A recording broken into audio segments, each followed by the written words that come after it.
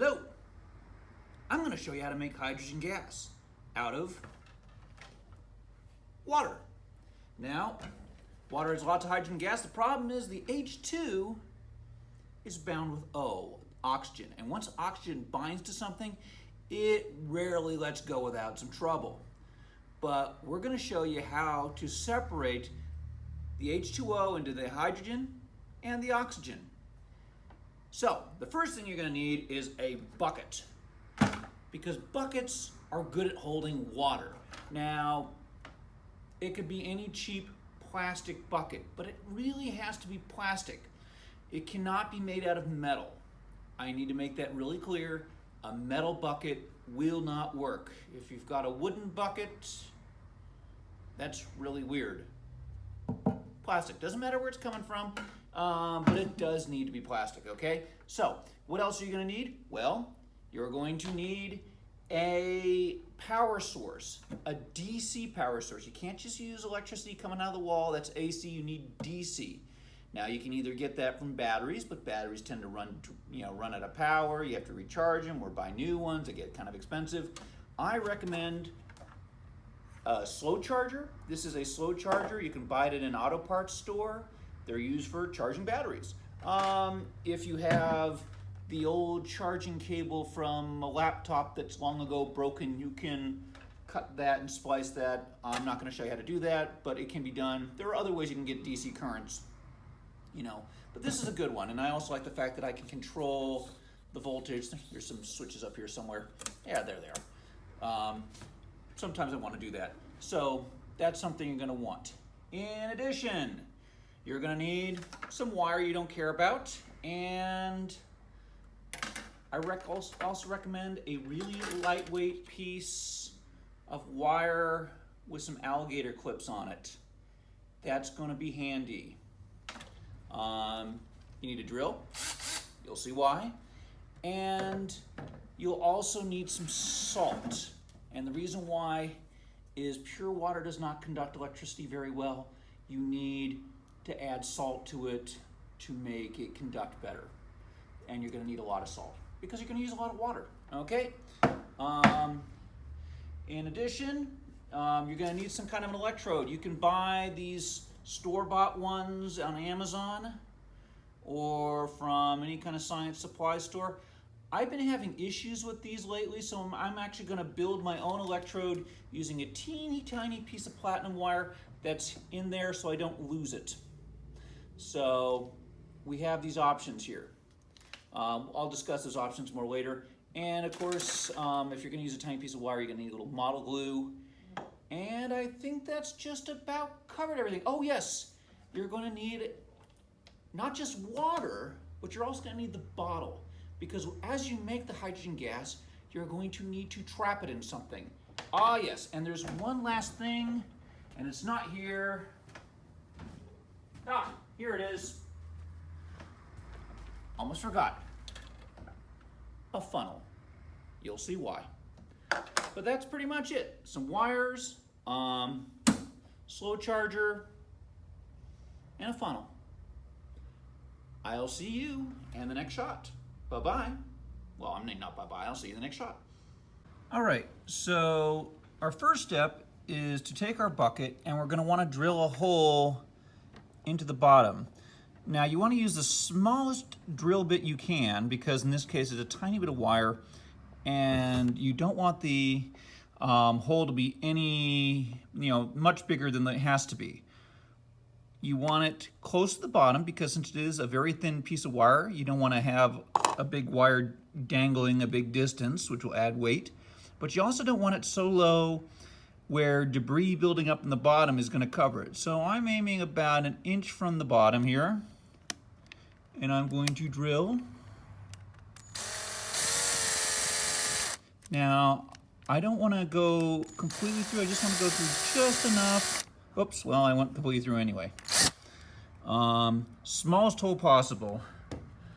I was hoping to just barely get through here. You can't really see it, but it's there.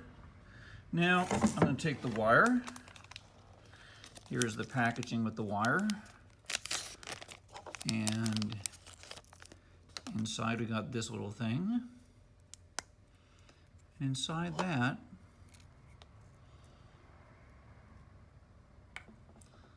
is our teeny tiny piece of platinum wire, which is going to go through our little teeny tiny hole in the bucket. Now, it's probably not going to stay there. Well, there is actually one way I could make it stay. Just bend it a little bit, and then gravity should hold it. Okay, there it is. About half in and half out. I don't know if you can even see that. There it is. Barely perceptible, tiny little thing there. But it doesn't have to be that big. It just needs to be big enough for electricity to flow through. And electricity is very small. Well, electrons are very small. So try to put some, now just to seal the hole,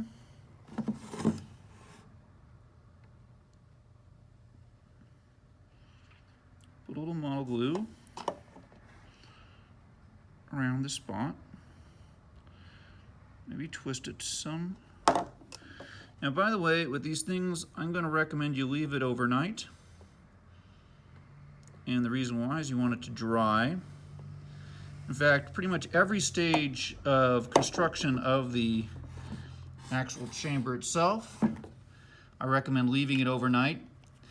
First, so that this can dry. Second, when you do put water in it, you want to make sure that it is holding before you add the salt, because if you get a bunch of fresh water leaking out, that's an easy thing to clean up. If you get salt water leaking out, that's another issue. So you want to make sure it doesn't leak before you get to that stage. Okay, I'm just going to quickly take a close look at it.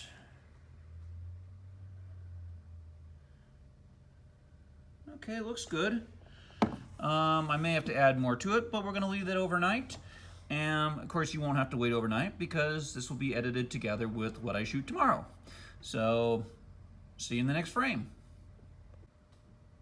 Now, I wanted to take this opportunity to show you why I'm not going to use a pre-made, bought online electrode. Here's my old electrolysis machine. You can see I've used a store-bought electrode, and everything's in pretty good shape on this side. On the inside, you can see how it sticks in there, and that's the side that would be positively charged and would attract the oxygen. Since platinum doesn't corrode, it would not corrode. But here's the problem, and let me show you the problem here. These are all old electrodes, and you can see this green color at the tip. You see the platinum has not corroded. The platinum's still shiny. You can see it's all, nice. The platinum's in good condition, but the seal around the platinum has corroded. Well, basically water leaked in, the water got to the copper on the inside, and it rusted it out. And so the platinum's fine. This electrode has become useless. And so is this electrode. You can see how the copper there is corroded. Platinum's fine, but this is now useless. And this one, same story. I mean, you buy these for about $50 a pair, and they're just not lasting very long at all. That little tiny piece of platinum, platinum's expensive, but that little tiny wire was only 15 bucks.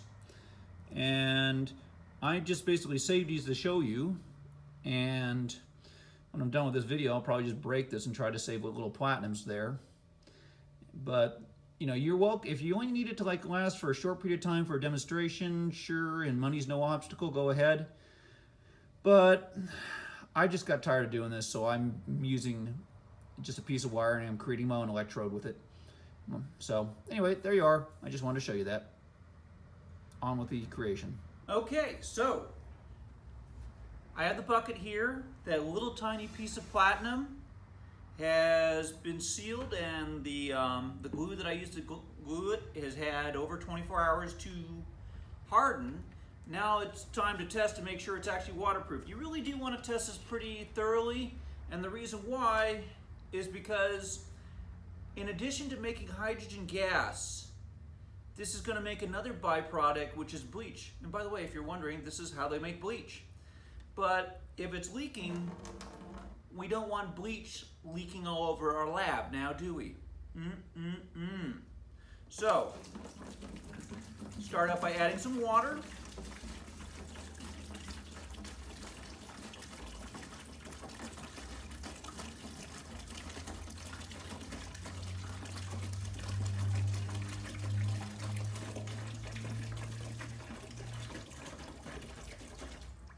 So that's a gallon there. It'll be enough to test to see if any water's coming out. I'm gonna probably leave it over the weekend. I'm not gonna put the salt in now. This salt will go in, but if it is leaking, fresh water is easier to clean up than salt water. In fact, if you leave it long enough, fresh water will clean itself up now, won't it? Salt water won't. The water part will clean up, but the salt will stay, and then you're going to have an even worse mess. So leaving it over the weekend with fresh water, and if it doesn't leak, then we are ready to go and move on to the next few steps. So there, see you in the next frame. All right, now for the next segment, I can't really show you it because it's got to take place in a bucket, which is full of salt water, which is a very hostile place for electronics, and very hard to frame a shot. So imagine, if you will, these are the sides of the bucket and this is the inside of the bucket, okay? So imagine inside a bucket, it's full of salt water and it's got a little electrode, a little platinum electrode sticking in. And the reason I'm going to do this is because I'd like to explain what goes on with the funnel. We have this funnel here. Now notice I've drilled some holes in the funnel. The reason why is the other electrode, the one that's going to be attracting the hydrogen in H2O, has to have a way of getting under the funnel. I mean, you could just stick it under the funnel, but that's kind of sloppy. Also, since this involves ion exchange, you need a way for ions to get in and out. So that's why there's holes in the funnels. I just drilled holes. You could do it with a nail or whatever the heck you wanted to use. So let me explain what's going to happen. First off, you got a funnel. It sits in the bucket. Second, imagine this bottle is full of water. Well, it's got to be full of water. You fill it up with water, you put the cap on, and you turn it upside down. The cap keeps the water from coming out.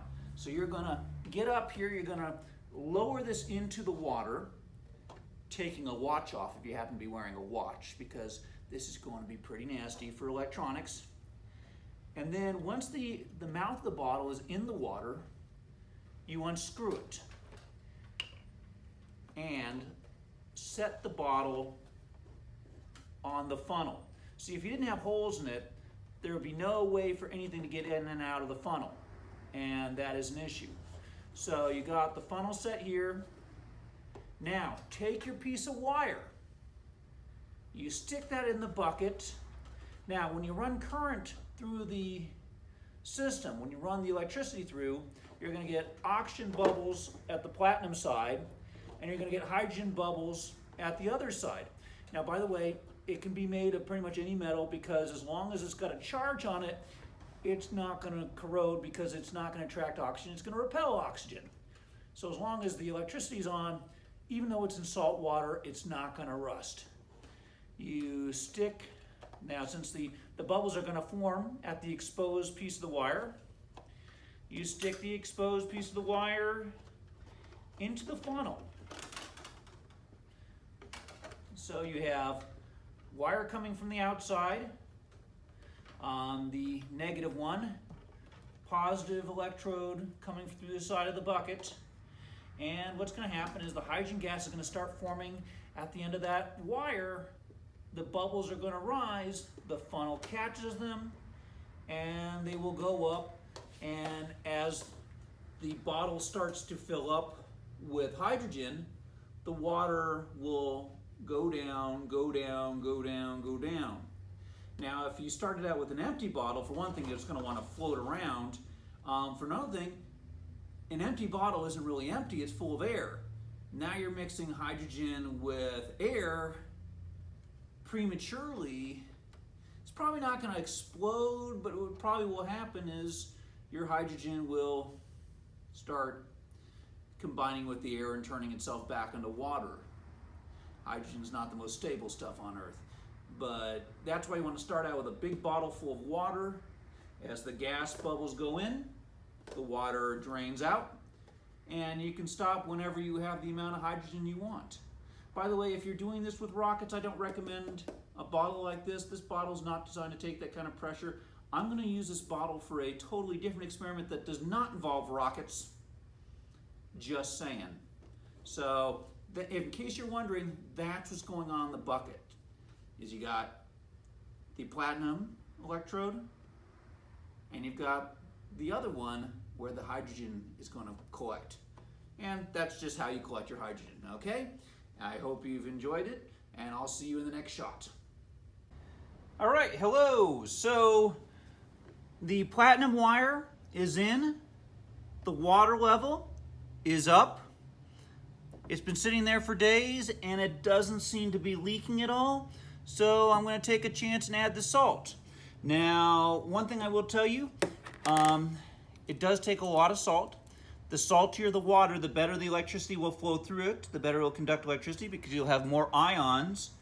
When you dump it in, the platinum electrode is in the front, dump the salt towards the back. You don't want to drop something on it on the inside that might cause it to get loose or fall out. Or if you're using one of those glass electrodes, cause it to break. That's how I broke an electrode once. It was actually a really good one too. If I'd known how hard it was going to be to find more good electrodes, I probably would have been more upset at the time. So anyway, here it goes. In we go. Oops, spill a little. Better to have. Okay, so now it's in there.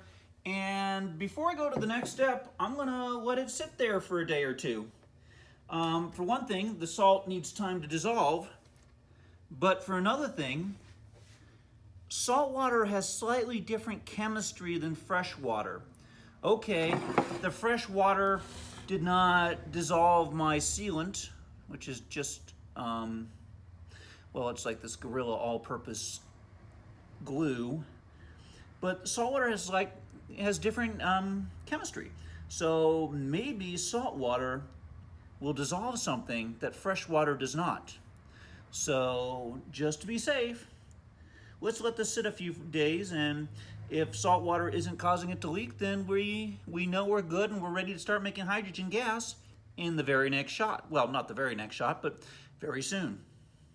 All right, so the salt water's in. It doesn't seem to have interacted with the glue. Nothing is leaking. We're ready to put in our bottle.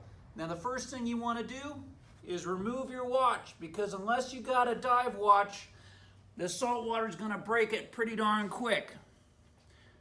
Okay, I'm going to start out with the funnel. You can see I got holes that I've cut into them. The holes allow you to stick a wire through. They also allow the ions in the water to pass into the funnel. I've got my wire here. Now I'm doing all this on the side of the bucket that's away, excuse me, this just came out. That's away from the platinum piece. We're going to do it on the side that's away from it.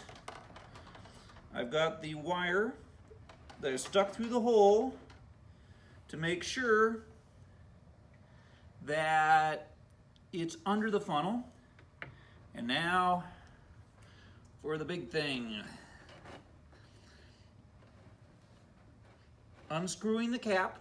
Now remember, you don't want to unscrew the cap until the opening of the bottle is below the water line, otherwise the water is just going to rush out of the bottle.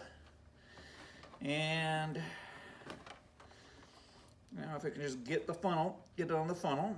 I probably actually should have more water than I do, but that was a mistake.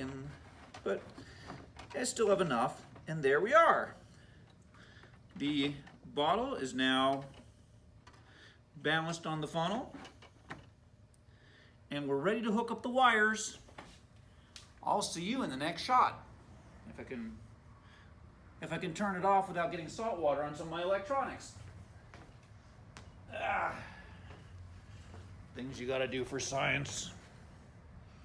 All right, our bottle is ready. We're ready to hook up the wiring. It's fairly simple, and we should be making rocket fuel in no time. I have here a slow charger.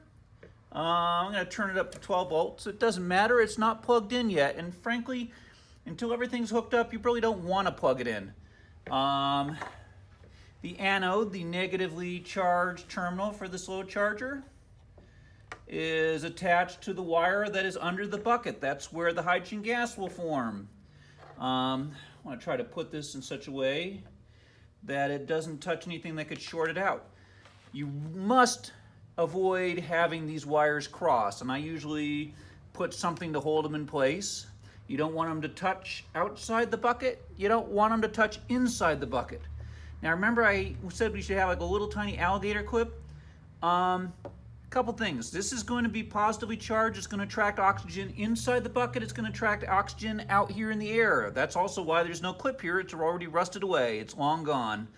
Alligator clips are cheap, so you can replace them easily. The other reason is that piece of platinum is very thin. I don't want to put a lot of weight on it.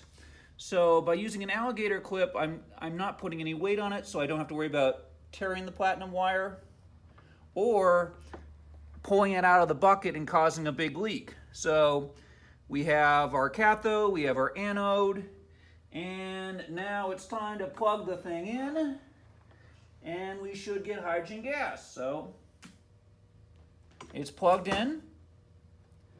Now with the slow charger, I'm feeling a little bit of vibration, which would seem to indicate that it is working. Let's go see if we can see anything happening in the bucket. So up we go. Whee! Now, you can barely see it. I'm going to see if I can zoom in without dropping this in the water.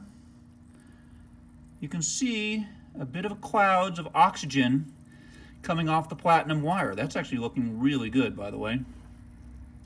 Now, if you had a long enough piece of wire, you could put a funnel over that and collect the pure oxygen.